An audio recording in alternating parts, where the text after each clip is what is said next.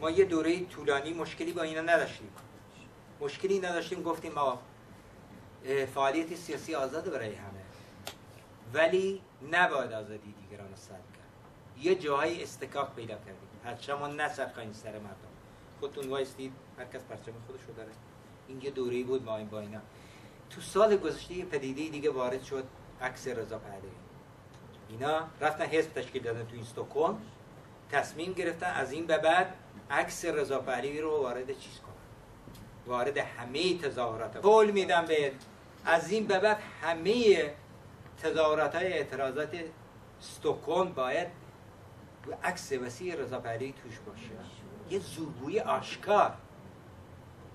نمیگه تظاهرات‌های استکهلم خب احزابی دیگه دارن سازمان میدن، تو چیکاره ای؟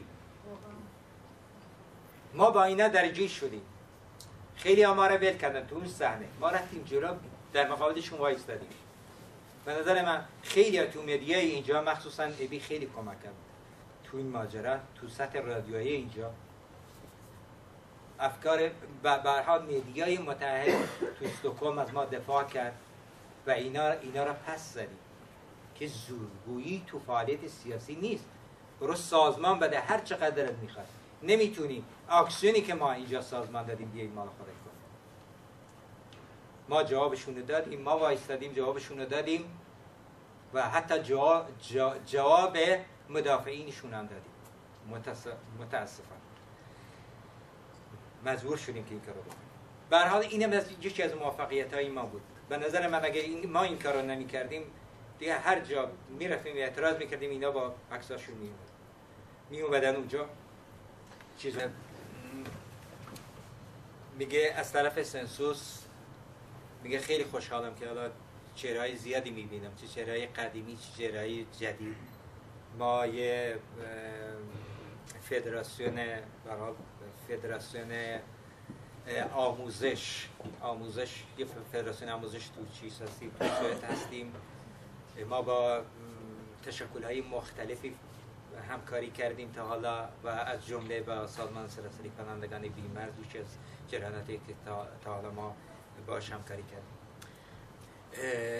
میگه هر دوشنبه شما اینجا جلسه دارید، تعداد زیادی از ایرانی‌ها میان اینجا.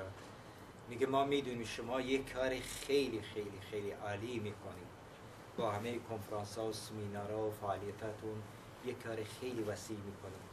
من میدونم که تعداد خیلی از شما کسایی هستید به پناهجویانی هستن که از وضعیت این دپورتا و این مسئله وضعیتی که هست از اینا ناراحتی و ما به عنوان سنسوس از طرف سنسوس واقعا خیلی خیلی افتخار میکنیم و خیلی خیلی راضی هستیم و فکر میکنیم شما کار خیلی خیلی بزرگی میکنید اینجا، یک فعالیت خیلی وسیع میکنید.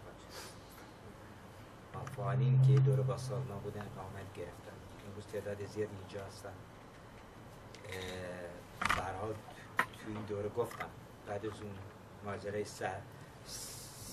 سهلکاری ها خب یه دستاوردهایی داشته، خیلی خوب بوده. یه بار دیگه همینجا و همه کسایی که تو دوره یه ساله گذشته اقامت گرفتن، از حسین جاسبی تا حالا اسم نمی‌دونم زیاد، تا آقای رئیس و بقیه بار دیگه تبریک میگم از طرف سازمان.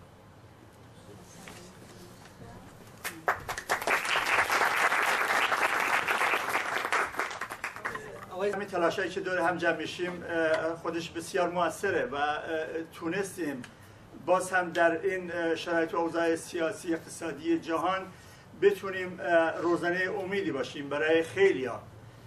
این بسیار مهمه. این سازمان اساسا برای همین تشکیل شد و فلسفه وجودیش هم همینه که مرزهای خارج از ایران رو امن نگه داریم برای کسایی که از این جهنم فرار میکنن، جهنمی که رژیم اسلامی بیش از 34 سال سلطه خودش رو گسترانده بر اون جامعه و از کارگرش، از زنش، از کودکش رنج میبره از وجودش و به همین خاطر سازمان بیمت به عنوان یه سازمان پناهندگی که گرایش رادیکال و سوسیالیستی درش حاکم است و از این منظر به جامعه، به پدیده ها، به مبارزه سیاسی طبقاتی نگاه میکنه، مسئله پناهندگی هم مسئلهشه و امرشه و فعالین این سازمان که در رأسش هستن در اقصا نقاط جهان، از ترکیه تا هلند تا اینجا که گل سرسبد این سازمان هست و به یمن همین رفقا و کسای دیگه که متاسفانه حالا نیستن در این جلسه و سالها وقت و اوقات بهترین اوقات زندگیشون رو گذاشتن برای این سازمان که نه تنها برای خود سازمان، برای اینکه این سازمان مفیده برای جمع وسیع از انسانها. از نظر من بسیار ارزشمند و قابل قدردانیه. بخصوص از رفقامون رسول و فرشاد که در این دوره تونستن نظرن وقفه‌ای که در رهبری بی‌مرز ایجاد شد این وقفه طولانی مدت بشه و سر پناهجو بی کلاه بمونه و به همین خاطر این چتر رو ما کماکان روی سر پناهجو نگه داشتیم که متأثر از سیاست‌های ارتجاعی و ضد انسانی پناهنده پذیری جریانی راستی که در سوئد حاکمه نشه و بتونن کماکان این سازمان امیدی باشه براشون در زندان‌ها، در بازداشتگاه‌ها و بیان بیرون و به جایی که سوار هواپیماشون کنن به جهنم اسلامی بفرستنشون، زندگی رو اینجا براشون آماده بکنن. و واقعا منم سلام دارم بهتون و از طرف حزب کمونیست کارگری ایران حکمتی است این سمینار رو بهتون تبریک میگم و همینجا بگم حزب ما همواره همراه و تقویت کننده عرصه انسانی است که بخشی از اون رو رفقای گزارش دهنده و سید رسول ارائه دادن. این عرصه از کار از نظر ما عرصه متفاوتی است. خیلی سازمان‌های دیگه کار میکنن. همونطوری که تو گزارش بحث شد، دولت‌های متعدد، پارلمان‌های متعدد، افرادهای متعدد رو استخدام کردن، حقوقای هنگفت رو بهش میدن که چی مانع سد ورود انسانایی باشن که خود اون دولت‌ها بانی فرار اون آدم هستن. اون دولت‌هایی که تو سوریه جنگ را میندازن 70,000 انسان رو تا این لحظه کشتن، اون دولت‌هایی که همواره 30 ساله اگه یه سیله به جمهوری اسلامی زدن از طرف دیگه نگهش داشتن، رژیمی که صدها هزار آدم رو اعدام کرده، زن و آدم حساب نمیکنه، کارگران رو به طور بیوقفه سرکوب میکنه و این مردم و کسانی شمایی که اینجا نشستید فراریان از اون جهنم و از اون فضا هستید. به این اعتبار سازمانی که درست شده، سازمان بی‌مرز، فقط با فداکاری و با صداقت و با ایمان به راهی که داره در مقابل این سطح اظهار وجود میکنن و میبینیم. در مقابل بارها شاهد بودین، خودتون رفتین جلوی سفارت جمهوری اسلامی یا جاهای دیگر و کشورهای دیگه، به اندازه هر کدوم از ما که یه نفر میریم اعتراض میکنیم 6 تا پلیس میارن، مدافعین اون نظمن تحت نام قانون. طرف میگه من پلیسم وظایف ما انجام میدم، میدونه تروریسمه. قبل از من و شما که خانواده هامون، دوستامون، فامیلامون، برادرمون، خواهرمون تو زندان بیفته و اعدام بکنن، اینا عکس جاسوسی‌ها رو میدونن. دولت‌های اروپایی بهتر از من میدونن جمهوری اسلامی چیکار داره میکنه. ولی قرارداد 10 میلیارد دلاری زعفران براش مهمه با جمهوری اسلامی، نه حقوق دونه این آدما. اینا رو میدونن. وقتی اینا رو داریم میگیم، منظورم اینه که من پناهجو وقتی میرم با نمیدونم وکیلم، با مأمور اداره مازه دارم مصاحبه میکنم، هیچ سرمو پایین نمیندازم، سرمو بالا میگیرم. خیلی متعارضانه. انسانم حق داره مثل پرنده هر کجا این دنیا زندگی کنم، حق دارم زندگی کنم. به طور کلی به طور مجموع به همه نکات پرداخته شد. من فقط میخواستم یه نکاتی رو که به فکر خودم احساس می‌کردم توضیح بیشتری در رابطه‌اش بدم، اونا بپردازم. در رابطه با فعالیت‌های سازمان در سال گذشته، خب ما برگزاری اکسیون‌های متعددی رو داشتیم. بر علیه جمهوری اسلامی اکسیون داشتیم، بر علیه اعدام‌ها، روز اول ماه می روز جهانی کارگر، روز 8 مارس روز جهانی زن و همچنین علیه انتخابات قضایی. و ما شرکت کردیم در دو کمپینی که به نظر من تو این دو کمپین انرژی زیادی سازمان گذاشت. به خاطر این قابل اهمیت بود که یکی این که یک کمپین که از اول ماه می تا آخر ماه می بود که اعضای سازمان و مسئولین سازمان به صورت مرتب و منظم در این کمپین ها شرکت داشتن. من فکر میکنم با شرکت اعضا و مسئولین سازمان در این کمپین ها شکل و سازمان اون کمپین میشه گفت تا حد زیادی سازماندهی شد، شکل واقعی خودش رو گرفت و تونست یک نتیجه یا هم به داخل و هم به بیرون بده. ایران از شمال سوئد از بوده میاد، از اعضای قدیمی سازمان و عضو حزب حکمتیست هم هستش. البته دوران طولانی هست که با سازمان سراسری پناهندگان فعالیت میکنه. ما بعد از تو گزارش اشاره کردم که واحد شمالمون با توجه مسئولینش پایین اومدن، نقل مکان کردن دیگه.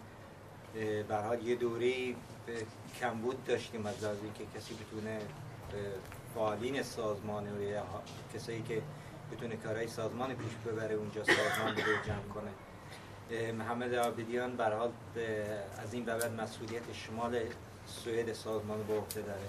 امیدوارم بتونه همراه کل بیمرز تو سوئد سازمان تو شمال سوئد نمایندگی کنن، اعضای سازمان رو جمع کنن و فعالیتایی که لازم اونجا سازمان بده. ایشون خودشون امروز اینجا شرکت کردن، معرفی کردن که خیلی ها نمیشناسن چون از شمال سوئد اومدن. توضیحاتی دارن به هر حال دیگه. با سلام دوباره.